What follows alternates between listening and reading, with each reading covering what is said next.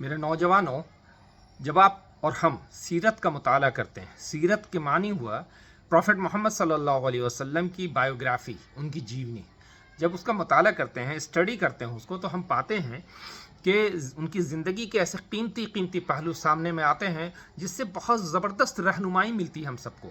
افسوس ہے کہ ہم سب وقت نہیں نکال پاتے ہیں، نہ قرآن کو پڑھ پاتے ہیں ٹھیک سے، نہ ہم لوگ سیرت کو پڑھ پاتے ہیں، تو ظاہر سی بات ہے کہ پورے طور پہ اندازہ ہو نہیں پاتا۔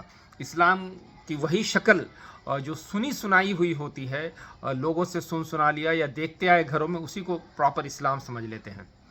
پروفٹ محمد کی سیرت کو دیکھیے آپ، اور جو مکی دور ہے، مکی دور مینس کہ 13 ایئرس، 13 سال پروفٹ محمد صلی اللہ علیہ وسلم مکہ میں محنت کر رہے ہیں، اور اس دور کو جب آپ دیکھیں گے اور پڑھیں گے تو روح کانپ جائے گی کہ کیسے کیسے قسم کے ٹارچرز ہوتے تھے پروفٹ محمد صلی اللہ علیہ وسلم پہ اور ان کے ماننے والوں پہ، صحابہ کرام میں۔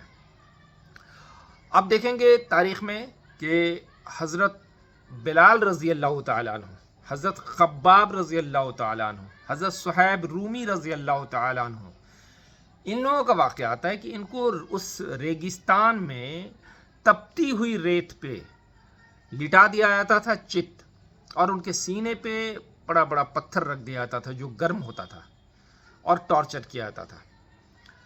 یہ ٹارچر ہوتے وقت میں پروفٹ محمد صلی اللہ علیہ وسلم اور دوسرے بڑے صحابی ابو بکر صدیق رضی اللہ تعالیٰ عنہ وغیرہ کا گزر ہوتا تھا، اس وقت کچھ نہیں کیا جا سکتا تھا، اور صبر پروفٹ محمد صلی اللہ علیہ وسلم، حضرت محمد صلی اللہ علیہ وسلم صبر کی تلقین کرتے تھے کہ بلال صبر کر لو، تمہارا ٹھکانہ جنت ہوگا، ہے نا۔ تو یہ چیزیں ہوتی تھی۔ خود حضرت محمد مصطفیٰ صلی اللہ علیہ وسلم کے ساتھ کہ جب وہ سجدے میں رہے تو کبھی اونٹ کی پوری انٹسٹین ان کے گردن پہ ڈال دی گئی، اس طریقے سے کہ دم گھٹنے لگا۔ حضرت فاطمہ رضی اللہ تعالی عنہ دوڑیں اور اس کو ہٹایا، ورنہ دم گھٹ رہا تھا۔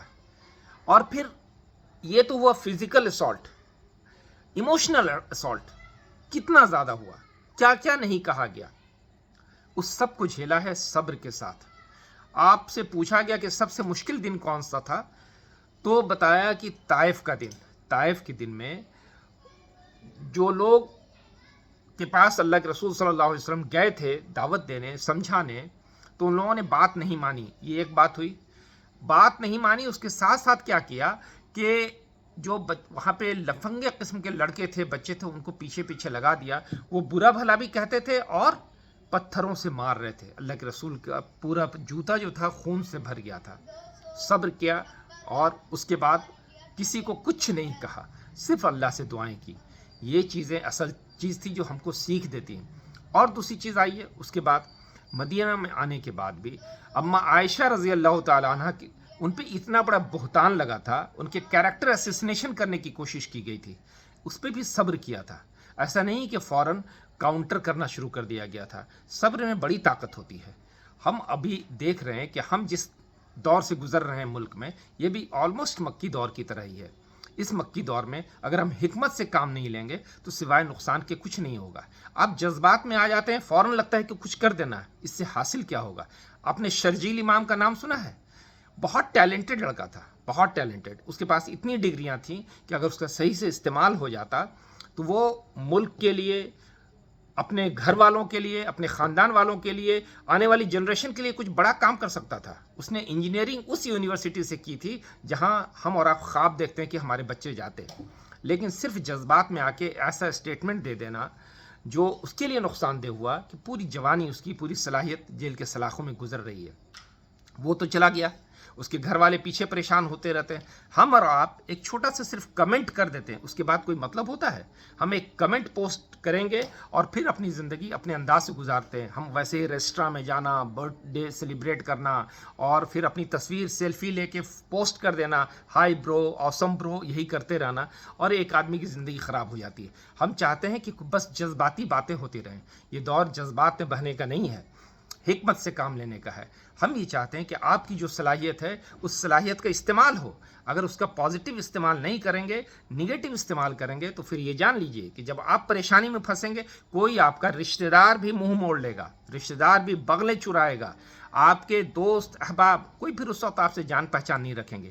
ایک بار کوئی ایسا کام آپ کر دیتے ہیں جس سے آپ آزمائش میں آ جاتے ہیں، پولیس آپ کے گھر پہ آ جاتی ہے، پھر کوئی آپ کا دوست بھی، کوئی رشتہ دار آپ کے پاس ساتھ دینے نہیں آئے گا، آپ کی جوانی پھر برباد ہو جائے گی۔ اس لیے میں کہتا ہوں کہ جذبات میں نہیں بہیے۔ اگلا آدمی کیا کر رہا ہے وہ بات کی بات ہے، پہلے ہم تو اپنے آپ کو سنوار لیں۔ ہم اگر اپنے آپ کو سنوار لیں گے، یقین جانیے، تو پھر انشاءاللہ اللہ کی مدد آئے گی۔ اور ان دور سے گھبرانا نہیں چاہیے، یہ دور تاریخ میں آتے رہے ہیں، ہر عروج کو زوال ہے، ہر عروج کو زوال ہے۔ کوئی ہمیشہ دنیا میں نہیں آیا ہے عروج پہ رہنے کے لیے، کتنی سطح آئی اور گئی۔